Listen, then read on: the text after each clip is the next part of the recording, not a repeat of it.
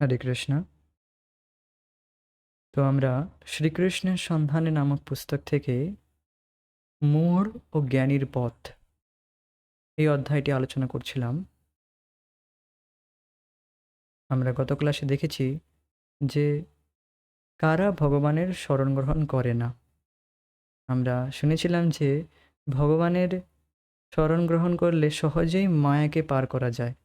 যে মায়াকে পার করা অসম্ভব, দুরাত্ময়া। ভগবান বলেছিলেন কি, আমার মায়াকে পার করা খুবই কঠিন, প্রায় অসম্ভব।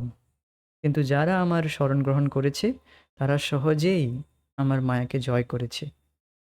কিন্তু তবুও তাহলে প্রশ্ন এসেছিল যে তাহলে কারা এত সহজ, এত এসব জানা সত্ত্বেও কারা ভগবানের শরণ গ্রহণ করে না? তো এই শ্লোকে বর্ণনা করেছেন, নমাম দুষ্কৃতিনো মূঢ়া প্রপদ্যন্তে নরাধমা মায়য়া অপহৃত জ্ঞানা আশুরম ভাবমাশ্রিতা। নমাম দুষ্কৃতিনো মূঢ়া প্রপদ্যন্তে নরাধমা মায়য়া অপহৃত জ্ঞানা আশুরম ভাবমাশ্রিতা। তো বলা হচ্ছে যে নমাম দুষ্কৃতিনো মূঢ়া, যাদের কর্ম দূষিত, দূষিত কর্মযুক্ত, তাদেরকে বলা হয় দুষ্কৃতি। দূষিত কর্মই অর্থাৎ কেবল নিজের স্বার্থের জন্য যারা কর্ম করে, নিজের স্বার্থ অর্থাৎ নিজের ইন্দ্রিয় তৃপ্তি, প্রকৃত স্বার্থ তারা জানে না, তারা কুকর্মে লিপ্ত হয়ে যায়। তো প্রশ্ন হবে, কেন লিপ্ত হয়ে যায়?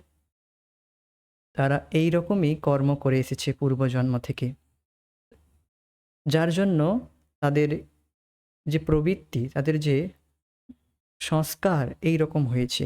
তো সেই জন্য তারা দুষ্কর্মে লিপ্ত হয়েছে। এইরকম গুণের সঙ্গ করেছে তারা। তো এইরকম দুষ্কৃতিবান কারা? তো বলছেন মূঢ়া, যাদের বিবেক নেই, যারা বিবেকহীন শূন্য। আর কারা? নরাধমা, আর যারা মানুষের মধ্যে অধম, মানুষের পরিস্থিতি থেকে, মানুষের মানবোচিত কাজ যারা করে না, নরাধম তাদেরকে বলা হয়। আর কারা? মায়ায়া, মায়ায়া অর্থাৎ মায়ার দ্বারা অপহৃত জ্ঞানা, যাদের জ্ঞান মায়ার দ্বারা কেড়ে নেওয়া হয়েছে বা ঢেকে দেওয়া হয়েছে। আর কারা? আসুরম ভাবমাশ্রিতা, যাদের ভাব আসুরিক, যারা নাস্তিক, যারা ভগবানকেই মানে না। তো এই 4 রকম ব্যক্তি এরা কখনোই ভগবানের শরণ গ্রহণ করে না। এই সমস্ত দুষ্কৃতীরা ভগবানের শরণ গ্রহণ করে না, তো এদের দুষ্কৃতি বলা হয়েছে।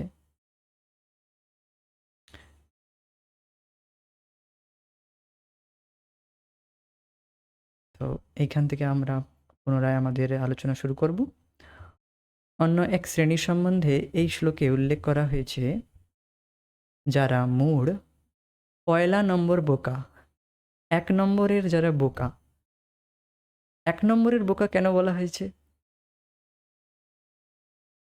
যে এই ভোগ বস্তু, এই জগতের যে নশ্বর, যে নশ্বর যে বস্তুগুলি রয়েছে, ব্যক্তি বুঝতে পারছে যে এর থেকে কেবল আমি দুঃখ পাচ্ছি, তাও সেই দুঃখের মধ্যে প্রবৃত্ত হচ্ছে। যেমন গত ক্লাসে উদাহরণ দেওয়া হচ্ছিল, গাধা, সে বারবার লাথি খাচ্ছে তার গাধীর কাছ থেকে, তবু সে গাধীর কাছে যাচ্ছে কেবল কিছু ক্ষুদ্র, কিছু ক্ষণিকের সুখ লাভ করার জন্য, ইন্দ্রিয় সুখ লাভ করার জন্য। তো ঠিক তেমনি মানুষেরাও পশুর চেতনায় থাকার জন্য, পশুর মতো কাজ করার জন্য তারা এতটাই তাদের চেতনা নিম্ন হয়ে গিয়েছে যে তারা বুঝতে পারছে না যে প্রতিনিয়ত তারা মায়ার থেকে কেবল দুঃখই পাচ্ছে। তবু তারা সেই মায়াতেই লিপ্ত হয়ে যাচ্ছে, তবু তারা সেই একই রকম ইন্দ্রিয় তৃপ্তির কাজে লেগে রয়েছে।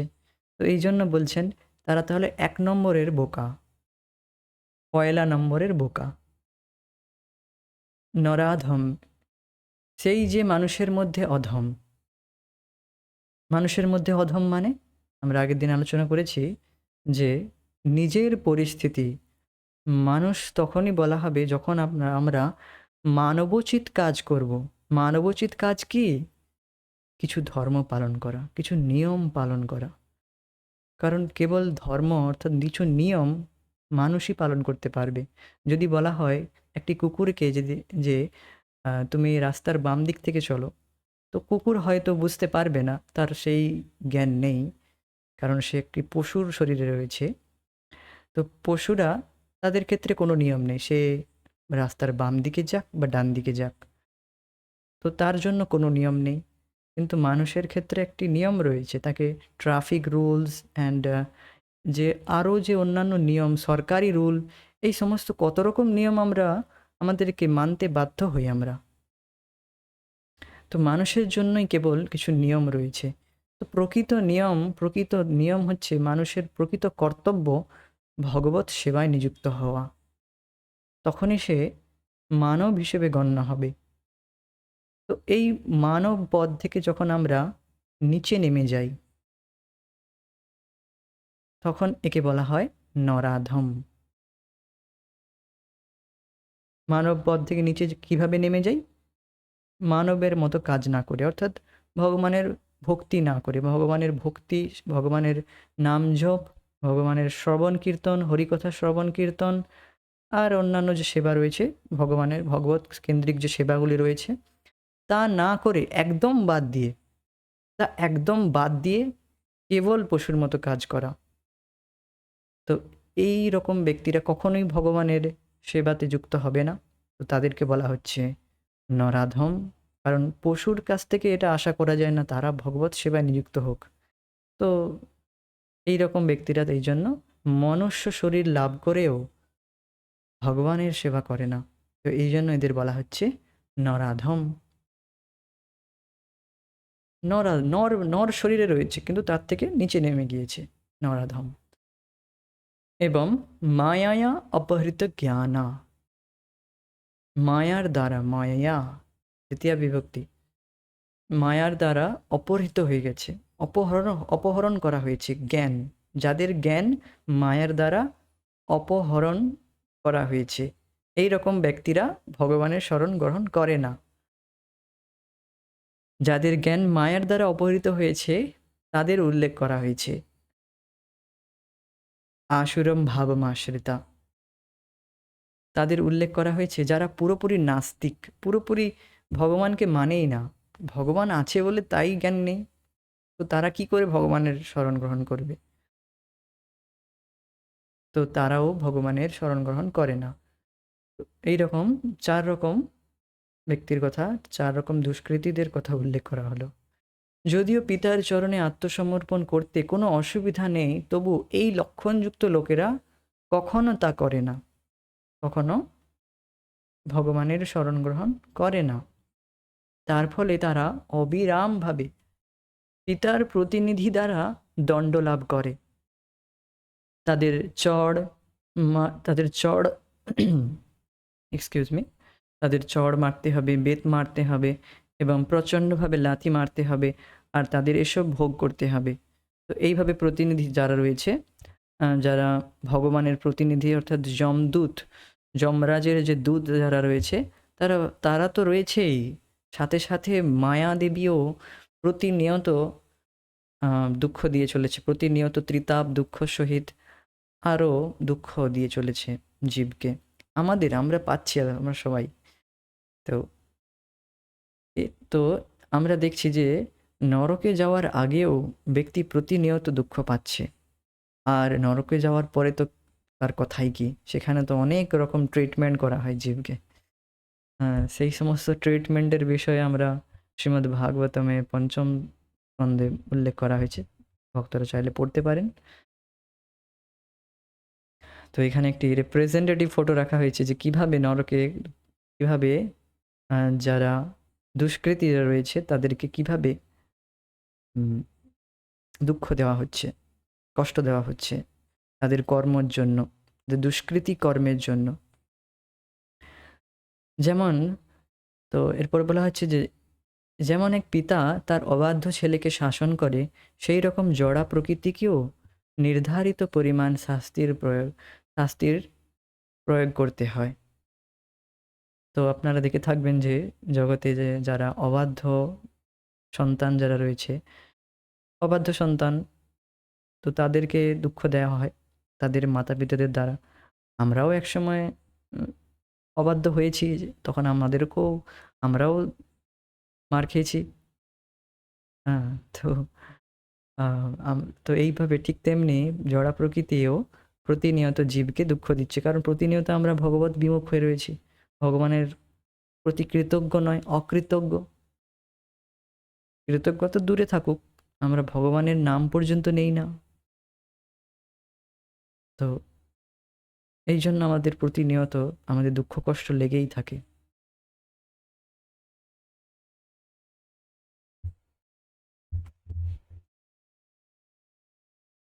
তো পরম পূজ্য ভক্তি বিশ্রাম মাধব মহারাজ মায়াকে বলেন, Maya is a mother but very heavy mother. Maya একজন মা, কিন্তু খুবই কঠোর মা। অনেকে বলেন মা প্রকৃতি, মা প্রকৃতি, কিন্তু এই মা প্রকৃতি যখন ভগবত সেবা করবেন না, তখন মা প্রকৃতি যে কি কষ্ট দেবে বা কি কষ্ট দিচ্ছে প্রতিনিয়ত, তা আমরা নিজেই বুঝতে পারছি না, কেবল মায়ার জন্যই।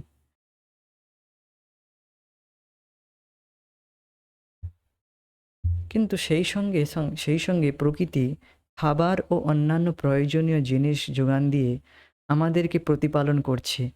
উভয় পন্থাই চলছে, কারণ আমরা সর্বশ্রেষ্ঠ ধনী পিতার সন্তান।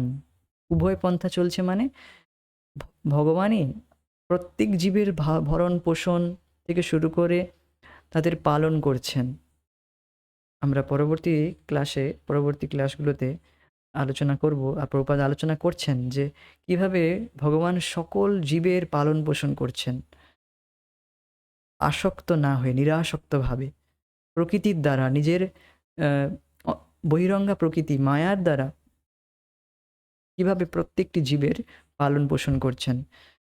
আর অন্যদিকে তাদেরকে দুঃখ কষ্ট প্রতিনিয়ত দেওয়া হচ্ছে, যাতে তারা বুঝতে পারে যে এই সমস্ত কিছু ব্যবস্থা কেবলমাত্র ভগবত উন্মুখ হওয়ার জন্য।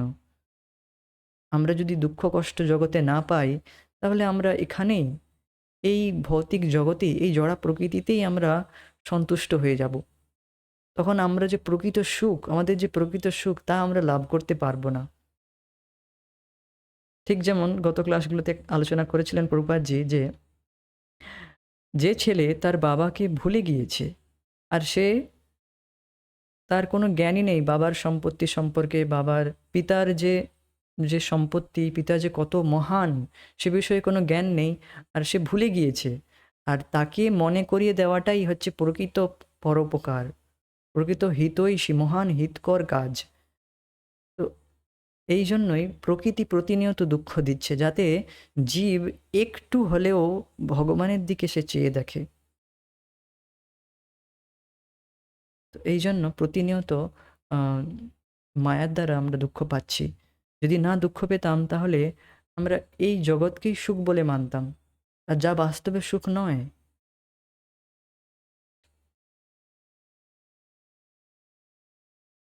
তো উভয় পন্থাই চলছে, কারণ আমরা সর্বশ্রেষ্ঠ ধনী পিতার সন্তান। যদিও আমরা কৃষ্ণের চরণে আত্মসমর্পণ করি না, তবু কৃষ্ণ দয়ালু। তো ভগবান দেখছেন যে এই জীব, যদিও একদম এর কিছুই নেই, আর এর তো না তো ধন রয়েছে, কিছুই নেই, কিন্তু আমার অংশ তো আমার কর্তব্যের পালন করা। ভগবান খুবই দয়ালু, যদিও দেখছেন যে এই জীব কোনো রকমভাবে আমার সেবায় যুক্ত নেই, আমার প্রতি কোনো অ্যাফেকশান, কোনো স্নেহ মমতা ভালোবাসা কিছুই নেই, কেবল নিজেরটাই দেখে, কেবল নিজের ইন্দ্রিয় তৃপ্তি, নিজের পরিবারকে নিয়েই ব্যস্ত থাকে। কিন্তু সে দেখছে না এই যে পরিবার বা নিজের যে শরীরের ভরণ পোষণ সব কিছুই ভগবান করছে, সব কিছুই আমি করছি, সে দেখছে না, সে এটা বুঝতে পারছে না। যদিও বুঝতে পারছে না, তবু ভগবান তার পালন পোষণ করছে। তো এই জন্য ভগবান কৃষ্ণের এটি একটি মহান কৃপা, মহান দয়ালু তিনি। পিতার দ্বারা এত চমৎকারভাবে প্রতিপালিত হওয়া সত্ত্বেও দুষ্কৃতী তবুও ধর্মবিরোধী কাজ করে। দুষ্কৃতী তবুও ধর্মবিরোধী কাজ করে। যে দণ্ড ভোগ করেই চলেছে, যে দণ্ড ভোগ করেই চলে, সে বোকা, মূঢ়। আর সে তো নরাধম, যে মনুষ্য জীবনকে কৃষ্ণ উপলব্ধির জন্য ব্যবহার করে না। আর যে মানুষ তার যথার্থ পিতার সাথে তার সম্বন্ধ পুনর্জাগ্রত করার জন্য তার জীবনকে সদ্ব্যবহার করে না, তাকে নরাধম বলে গণ্য করতে হবে। তো নতে বিদু স্বার্থ গতিম হে বিষ্ণু দুরাশয়া যত বহিরর্থ মানি না। আমাদের প্রকৃত স্বার্থ এটাই হওয়া উচিত, আমরা ভগবান বিষ্ণুর ভক্তিতে, ভগবান বিষ্ণুর সেবায় যুক্ত হব। আর এই মনুষ্য জন্ম পেয়ে যদি আমরা ভগবানের সেবায় যুক্ত না হই, তাহলে আমরা নরাধম বলে গণ্য হব। কারণ মানুষই কেবল ভগবৎ সেবায় নিযুক্ত হতে পারে, পশুরা তারা পারে না। তো পশুরা শুধু খায়, ঘুমোয়, আর নিজেদেরকে আত্মরক্ষা করে, মারপিট করে, সহবাস করে এবং মরে যায়। তো দেখুন, আপনি কি ম্যাপিং করতে পারছেন যে ঠিক একই কাজ তো আমরাও করছি। আমরাও খাই, আমরাও ঘুমোই, আত্মরক্ষা করি, সহবাস করি, আর লাস্টে মারা যাই। তো এর থেকে আমরা আলাদা কি করছি, এটি একবার ভেবে দেখা উচিত। এর থেকে আলাদা আমরা করতে পারবো যখন আমরা ভগবৎ সেবায় নিযুক্ত হব। পশু ভগবৎ সেবায় নিযুক্ত হতে পারে না। তারা উন্নত মানের চেতনা লাভের জন্য নিজেদেরকে কাজে লাগায় না, কারণ ইতর প্রাণীর পক্ষে তা সম্ভব নয়। যদি কোনো মানুষ পশুদের কার্যকলাপ অনুকরণ করে এবং তার চেতনার উন্নতির জন্য নিজের ক্ষমতার সদ্ব্যবহার না করে সে মানুষের নামের যোগ্যতা হারায় ও তার পরবর্তী জীবনে পশুদেহ লাভের জন্য প্রস্তুত হয়। তো মানবোচিত কর্ম না করলে তাকে পরবর্তী জন্মে একটি পশু হতে হবে। কারণ তার মনুষ্য দেহ সে পেয়েছে, সে তার সদ্ব্যবহার না করলে তখন তাকে পশুর মতোই শরীর লাভ করতে হবে, কারণ পশুর মতোই সে তখন কাজ করছে। এই জন্য তো এখানে একটি রিপ্রেজেন্টেটিভ ফটো রাখা হয়েছে। দেখুন কিভাবে ভগবানের ভক্তরা যখন এই এই জগতে ভজন সাধন করে ভগবানের নিত্য পার্ষদ হয়ে যাচ্ছে। আর যারা দান পুণ্য করছে, অন্যান্য পুণ্য কর্মে লিপ্ত রয়েছে, তারা স্বর্গ লাভ করছে। আর যারা যারা আমিষ ভোজন করছে, অর্থাৎ মাংস আদি, তারা শূকরের যোনি লাভ করছে। শূকর মানে পার্টিকুলার কেবল শূকরই নয়, অন্যান্য পশু শরীরও লাভ করতে পারে, বাঘ, শিয়াল, কুকুর, এই সমস্ত। আর যারা অবৈধ সঙ্গ করছে তারা কুকুর পশুর যোনি লাভ করছে। তো এইভাবে যারা পশুর মতো কেবল কাজ করে চলেছে, আহার, খাওয়া, ঘুমানো, এখানে বলা হয়েছে কি দেখুন, পশুর মতো কাজ যেগুলো করছে, খায়, ঘুমোয়, আত্মরক্ষা করে আর সহবাস করে, তো তারা ঠিক এইভাবে পশুর শরীরই তখন লাভ করে। কৃষ্ণের দয়ায় আমাদের এক অতি উন্নত দেহ বুদ্ধি দেওয়া হয়েছে, কিন্তু আমরা যদি তার সদ্ব্যবহার না করি তাহলে তিনি আবার আমাদের তা দেবেন কেন?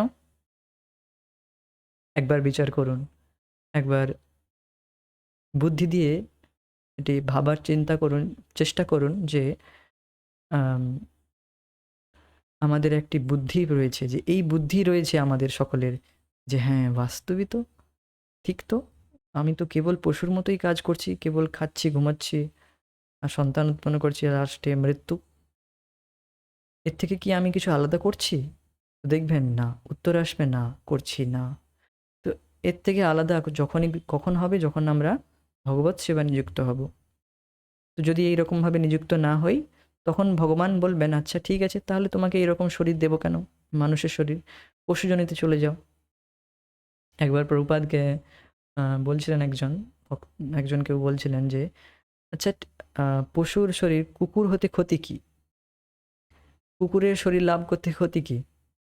তখন প্রভুপাদ বললেন, তথাস্তু, কুকুর হয়ে যাও, ঠিক আছে, তুমি কুকুরই হও তাহলে। তো মানুষ এতটাই ডাল, এতটাই বিবর্ণ বুদ্ধি হয়ে গিয়েছে যে যদিও তারা পশুজনিতেও চলে যাক, তাতে তাদের কোনো অসুবিধে নেই। তারা চায় যে আমরা পশুর মতো ফ্রিডম চাই, পশুর মতো এর তার সাথে যার কোনো রকম অবৈধ, কোনো রকম বাধা যেন না থাকে, খাওয়ার থেকে শুরু করে, অঙ্গ করা থেকে শুরু করে এভরিথিং, ইন্দ্রিয় তৃপ্তি যেগুলো রয়েছে সমস্ত কিছু তারা কোনো বাধা না চায়। তো ঠিক আছে, তুমি তাহলে পশুর জনিতেই চলে যাও, কোনো অসুবিধে নেই। তো আমাদের অবশ্য বুঝতে হবে যে কোটি কোটি বছর দেহান্তরের পর এই মনুষ্য দেহ সৃষ্টি হয়েছে।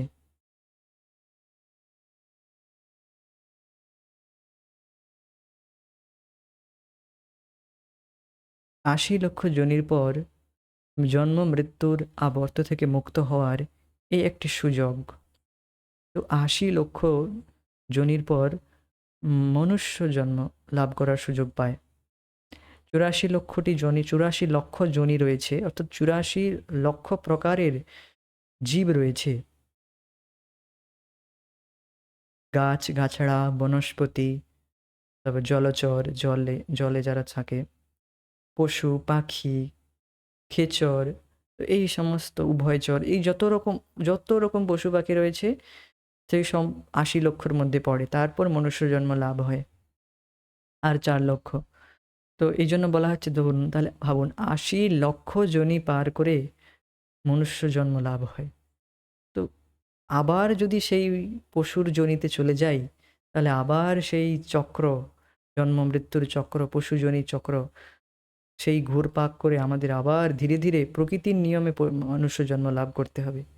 তো একবার ভেবে দেখা উচিত যে আমাদের এই দুর্লভ মনুষ্য জন্ম, এটিকে খোয়ানো উচিত নয়, হারানো উচিত নয়। একবার মনুষ্য জন্ম হাতছাড়া হলে আবার সেই পশু জনিতে। আর আপনারা দেখবেন পশুরা যখন খায় তখন সে খুব ভয়ে ভয়ে খায়, যে তার থেকে কেউ খাবারটি যেন কেড়ে না নেয়। সে চারিদিকে একবার এদিক ওই দিক তাকিয়ে তারপর নিজের খাবারটি খুবই দ্রুত সহকারে খায়। আর মানুষরা দেখবেন মানুষের অনেক সুযোগ সুবিধা রয়েছে, এক জায়গায় বসে খুব শান্তিতে বসে সে আহার করতে পারে। কিন্তু পশুদের সেই সুযোগ সুবিধা কিন্তু নেই। তো আমাদের এই এত সুযোগ সুবিধা থাকা সত্ত্বেও আমরা সেই সুযোগ সুবিধা নিজের চেতনাকে উন্নত করতে কাজে লাগাই না।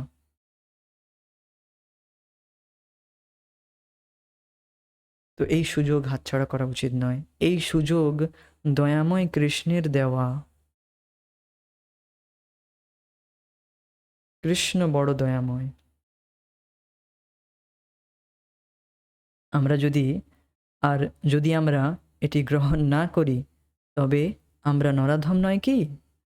তো নরাধমের ব্যাখ্যা বুঝতে পেরেছেন যে কিভাবে আমরা যদি মনুষ্যচিত মানবচিত কর্ম না করি, কেবল পশুর মতো কর্ম করি, তাহলে আমরা নরাধম। এইবার বলছেন যে মায়া অপহৃত জ্ঞানা, তার ব্যাখ্যা করছেন প্রভুপাদজি। কেউ বিশ্ববিদ্যালয়ের MA, PhD ইত্যাদি খেতাবের অধিকারী হতে পারে, কিন্তু মায়াশক্তি এইসব জড়জ্ঞান অপহরণ করে। যে সত্যি সত্যি বুদ্ধিমান, সে কি, ভগবান কি, জড়া প্রকৃতি কি, জড়া প্রকৃতিতে সে দুঃখ পাচ্ছে কেন, এই দুঃখ থেকে মুক্তির উপায় কি, এসব জানার জন্য তার বুদ্ধি প্রয়োগ করে।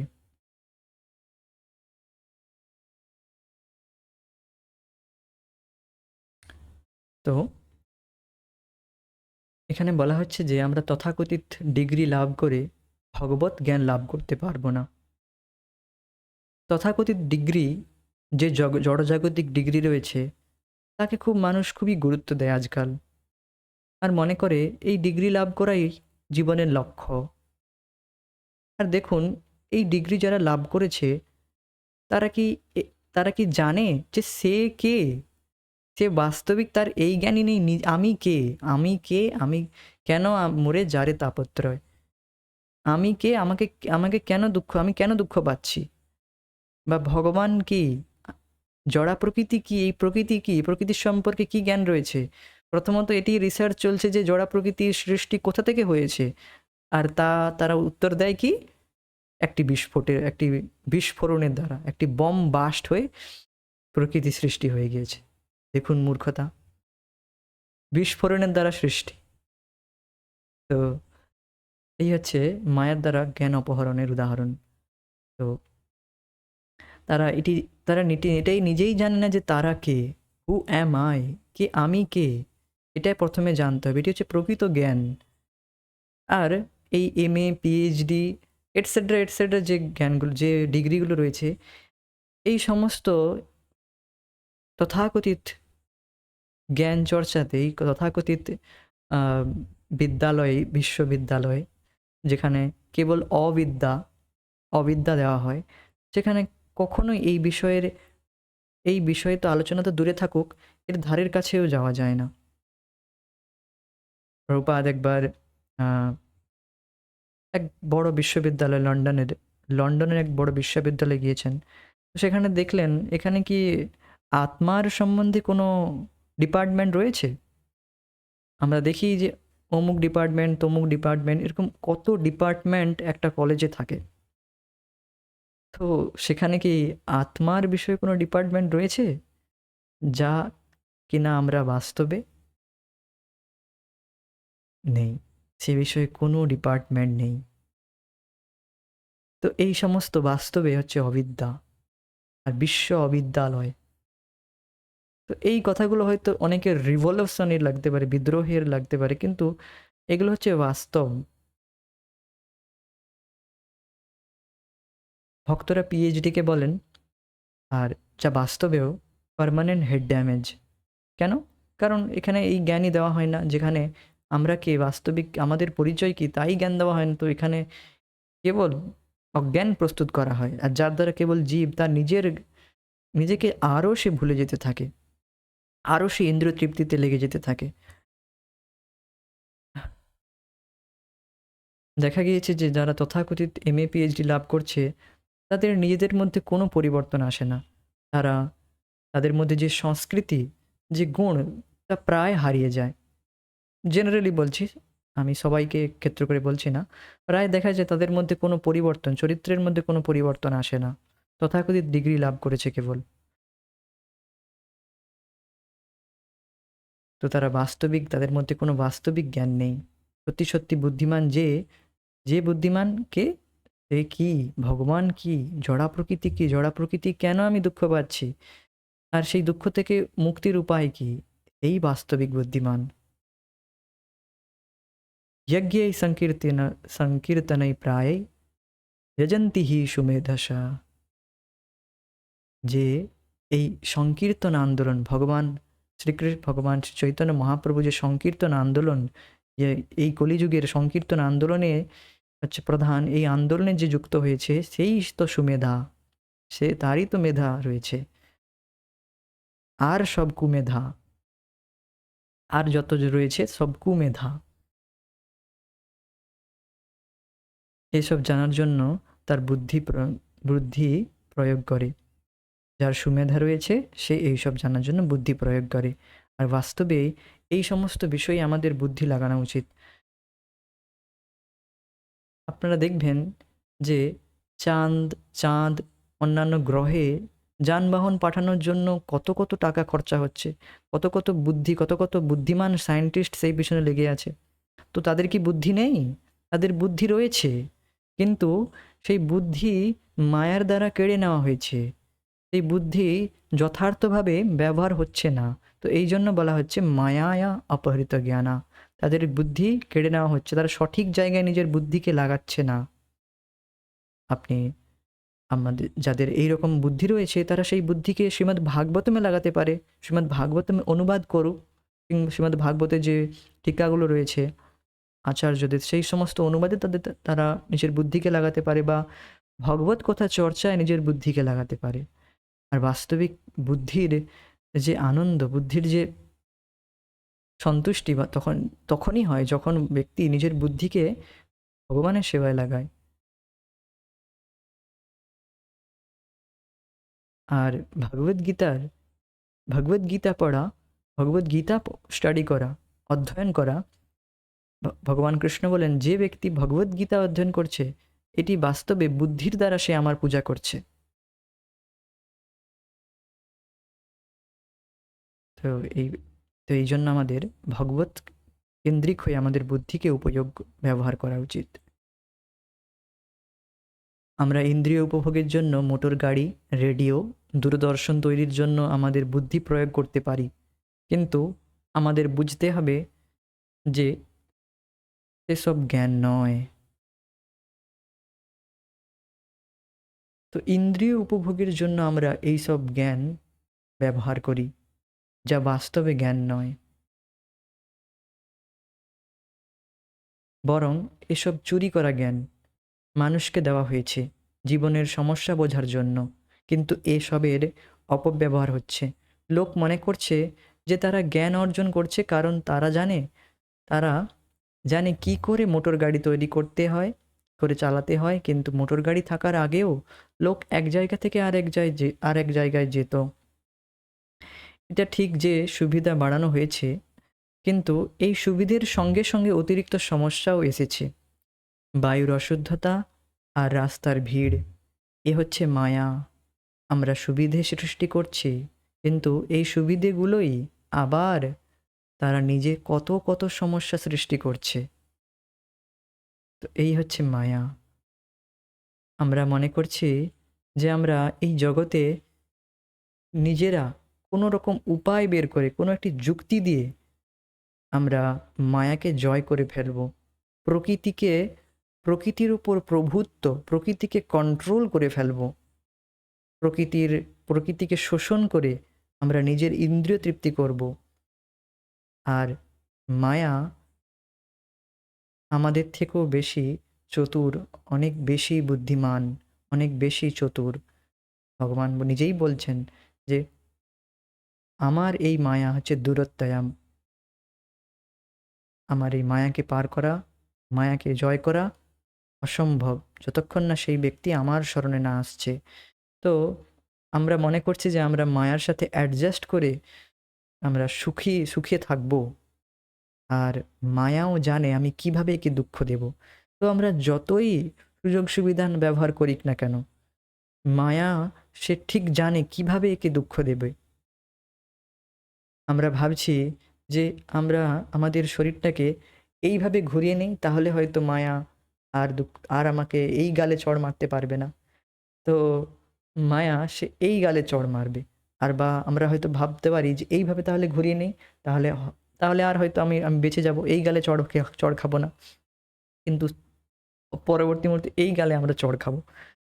তো এইরকম আমরা এটি উদাহরণ কি কেন দিলাম, যে আমরা যেমনভাবে অ্যাডজাস্ট করার চেষ্টা করি না কেন, মায়া সে ঠিক জানে যে কিভাবে দুঃখ দিতে। তো এইভাবে মায়ার দ্বারা আমাদের জ্ঞান অপহৃত হয়ে যায়, যখনই আমরা ভগবত সেবায় নিযুক্ত না করি নিজের জ্ঞান বুদ্ধিকে।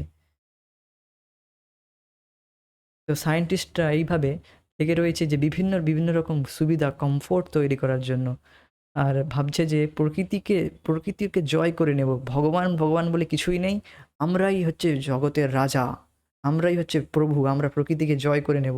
যেমন টাইটানিক জাহাজ যখন তৈরি হয়েছিল, তো বলা হচ্ছিল যে ইভেন গড ক্যানট সিঙ্ক ইট, এমনকি ভগবানও এটাকে ডোবাতে পারবে না। তো প্রথম যাত্রায় আর ছোট্ট একটি একটি শিলা একটি শিলা সেই মহান বড় জাহাজকে ডুবিয়ে দিল। তো যেখানে বলা হচ্ছে ইভেন গড ক্যানট সিঙ্ক ইট, এমনকি ভগবান যাকে ডুবাতে পারবে না, এটি প্রমিস করা হয়েছে, দাবি করা হয়েছে যে এমনকি ভগবান পর্যন্ত ডোবাতে পারবে না, সেই জাহাজকে একটি পাথর ডুবিয়ে দিল। তো ভগবান বারবার আমাদেরকে শিক্ষা দেয় যে ঠিক আছে, তুমি আমাকে জয় করার চেষ্টা করছো, নিজে প্রভু হওয়ার চেষ্টা করছো, ওকে, ওয়েট এ মিনিট, কিছুটা অপেক্ষা করো, অবশ্যই তুমি বুঝতে পারবে। হুম। তো তো এইভাবে ব্যক্তির জ্ঞান অপহৃত হয়ে যায়।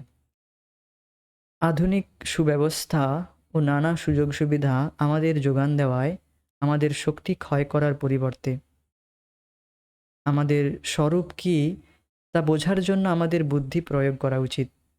আমরা দুঃখ ভোগ করতে চাই না, কিন্তু আমাদের বোঝা উচিত দুঃখ ভোগ কেন আমাদের উপর চাপানো হয়েছে।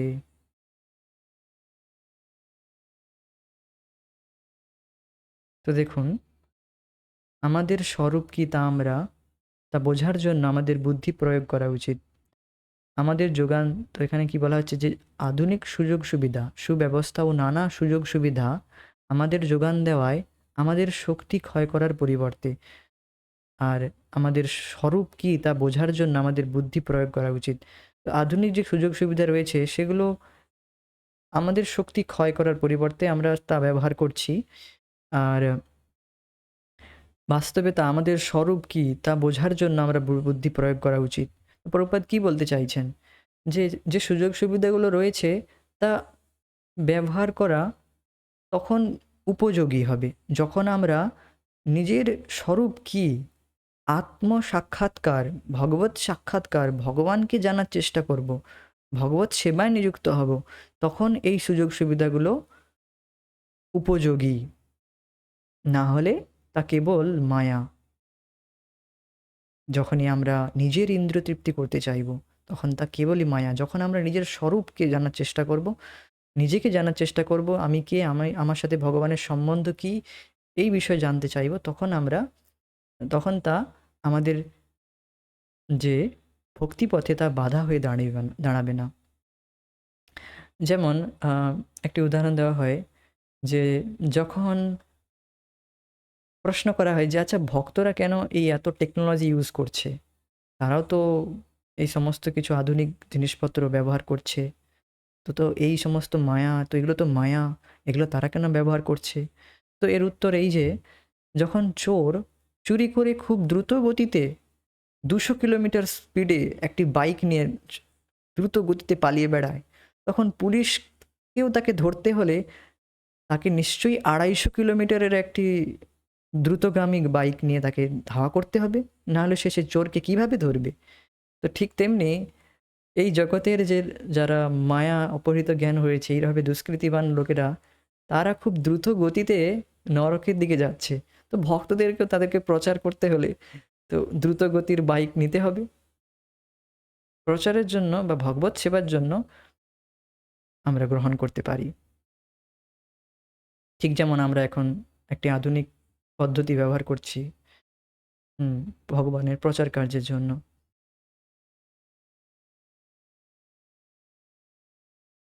তো এই জন্য প্রভুপাদ বলছেন আমাদের স্বরূপ কি তা বোঝার জন্য আমাদের বুদ্ধি প্রয়োগ করা উচিত। আরও একটি উদাহরণ দিলে বোঝা যাবে। একবার প্রভুপাদ বাস পার্টি নিয়ে যাত্রা করছিলেন।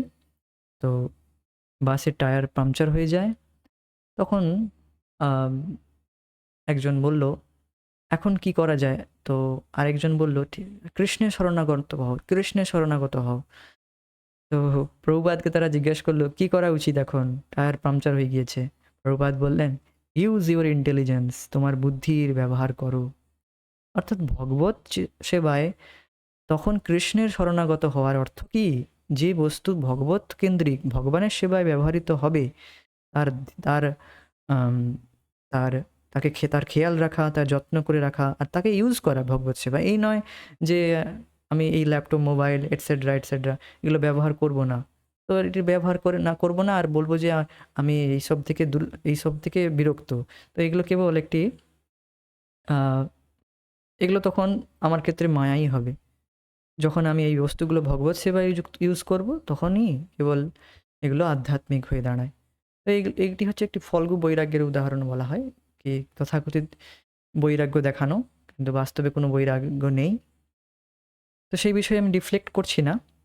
বিষয় এই হচ্ছে যে যে কোনো বস্তু আমরা ভগবত সেবায় নিযুক্ত করতে পারি, আর সেই হিসেবে আমরা নিজের বুদ্ধিকে প্রয়োগ করতে পারি। আমরা দুঃখ ভোগ করতে চাই না, কিন্তু আমাদের বোঝা উচিত যে দুঃখ ভোগ কেন আমাদের উপর চাপানো হয়েছে। তথাকথিত জ্ঞান দিয়ে আমরা শুধু আণবিক অস্ত্র তৈরি করতে সফল হয়েছি। এভাবে হত্যা করার ব্যবস্থাকেও অতিক্রম করা হয়েছে। আমরা তাতে এত গর্বিত যে মনে করি এসব জ্ঞানের অগ্রগতি। এসব জ্ঞানের অগ্রগতি। আমরা এটিই মনে করি আর গর্বিত হচ্ছি। তো দেখুন মায়ার দ্বারা কিভাবে জ্ঞান অপহৃত করা হয়েছে। আমরা মনে করছি যে পরমাণু বম আবিষ্কার করে আমরা মহান হয়ে গিয়েছি আর এটিকেই জ্ঞানের অগ্রগতি মনে করছি। প্রভুপাদজি বলেন যে মানুষ তো মরছেই, তো মরার এই গতিকে বাড়িয়ে দিয়ে কি এমন মহান কাজ করে নিল? মানুষ তো মরছে অলরেডি, সেই মৃত্যুর গতি অর্থাৎ মৃত্যুর যে স্পিড, মৃত্যুর যে হার, তাকে বাড়িয়ে দিয়ে মানুষ কি লাভ করলো? আর একেই মনে করছে যে আমি খুব মহান, আমি খুব মহান কাজ করে ফেলেছি। তো এই হচ্ছে মায়া। আর এটাকেই মনে করে আমি এটাই জ্ঞানের অগ্রগতি, এটিকে মনে করে। হুম। তো দেখুন কীরকম মায়া।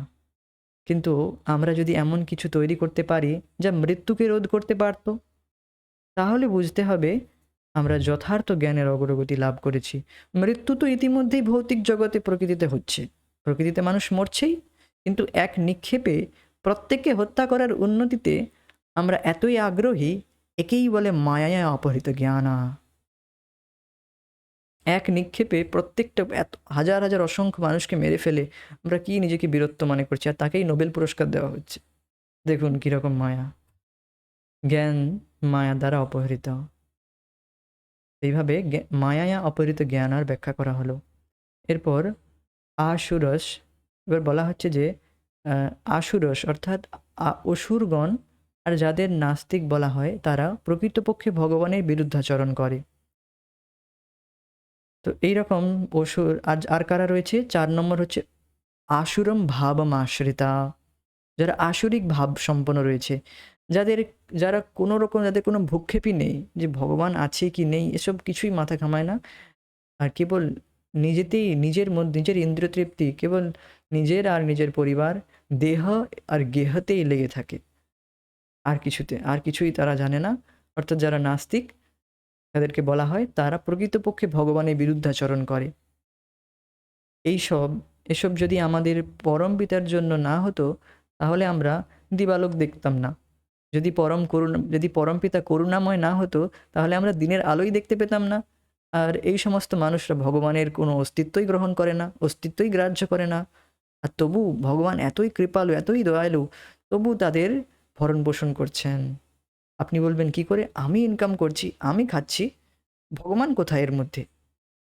তো দেখুন, আপনার শরীরকে চালিত করছেন কে? এটি কি আপনার নিজের স্বতঃস্ফূর্ত, এই কথাটি আন্ডারলাইন করবেন, নিজের স্বয়ং স্বয়ংকৃত নিজের স্বতঃস্ফূর্ত প্রয়াসে হচ্ছে? এই যে আমি এই মুহূর্তে কথা বলছি বা ভগবত কথা বলার চেষ্টা করছি, তো এটি কেবল আমি ইচ্ছা করেছি, কিন্তু কিভাবে আমি কথা বলছি তা আমি বলতে পারবো না। অর্থাৎ তা আমি কিভাবে হচ্ছে আমি নিজেও জানি না। তো কিভাবে হচ্ছে? এটি ভগবান করাচ্ছেন, এটি হচ্ছে বাস্তব। তো এই বিষয়ে কোনো জ্ঞান নেই।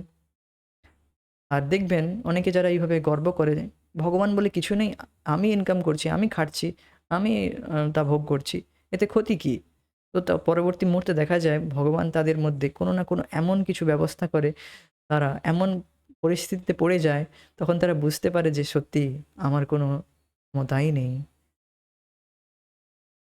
সেটা বিশেষ ক্ষেত্রে হয়, বিশেষ কৃপা লাভ হলে এইভাবে তারা কৃপা লাভ করে। আর এটিই বাস্তব কৃপা। তখন তারা বুঝতে পারে সত্যি আমি কি ভুল করছিলাম। আমি নিজেকেই কর্তা বলে মনে করছিলাম। তো এটি বিশেষ কৃপা হলে ভগবানের ভক্তদের কৃপা হলে তারা বুঝতে পারে। অতএব তাকে অস্বীকার করার অর্থ কি? ভগবান এত কৃপালু, এত দয়ালু, প্রতি মুহূর্তে আমাদের ভরণ-পোষণ করছেন, পালন করছেন। কেবল আমাদেরই নয়, পশু, পাখি, যত জীবজনী রয়েছে প্রত্যেকের ভরণ-পোষণ করছেন। দেখুন, ভাববেন, দেখুন এটি খুবই দৃষ্টান্ত। এই দৃষ্টান্ত দেখুন যে একটি শিশু জন্ম হলে পরিবারে কত জিনিস তার পিছনে লাগে। কিন্তু সে এসেছিল খালি হাতে, কিছুই নিয়ে আসে না। আমরা যখন জন্ম হই আমরা কিছুই নিয়ে আসি? কিছুই নিয়ে আসি না, খালি হাতে আসি। এমনকি মহারাজ বলেন যে, যে আ কি বলবো? যে একটা ছোট্ট কাপড় পর্যন্ত আনি না, শরীরকে ঢাকার জন্য একটি কাপড়ও পর্যন্ত আমরা আনি না, কিছুই আনি না। এটাই বলছিলেন, আমি আর বিকৃতভাবে বললাম না। তো বিষয় হচ্ছে যে প্রত্যেকটি বিষয়বস্তু যে একটি জীবের জন্মের সাথে সাথে কত কত জিনিসপত্র, কত কত জিনিস তার জন্য লাগে, তো এই সমস্ত কিছু কে দিচ্ছে? ভগবান দিচ্ছেন। আর সবথেকে প্রধান বিষয় দেখবেন যে মায়ের স্তনে যে দুধ, সেই দুধ কোথা থেকে আসে? মায়ের স্বয়ং প্রয়াসে তা আসে না, মায়ের নিজের চেষ্টায় দুধ আসে না, তা ভগবান সেই দুধ মায়ের স্তনের দিয়ে দেয়। তার জন্যই তো সেই শিশু দুধ পান করে বেঁচে থাকতে পারে। তো এটি পরম পূজ্য রাধা গোবিন্দ মহারাজ বলেন যে এইভাবে প্রত্যেকটি জীবের পালন ভগবান করছেন। তো এই তো এই জন্য ভগবানের অস্তিত্ব অস্বীকার করার অর্থ কি? এটি বলা হচ্ছে। তো আজকে আমরা 4 প্রকার দুষ্কৃতির কথা আলোচনা করলাম। পরবর্তী ক্লাসে আমরা সুকৃতি জনের কথা আলোচনা করব। তো আজকে আমরা এখানেই স্থগিত রাখবো, পরবর্তী চর্চা। हरे कृष्णा, जय श्रील प्रभुपाद निताय गौर प्रेमानंदे Hari. Thank you so much, thank you for joining. Hare Krishna.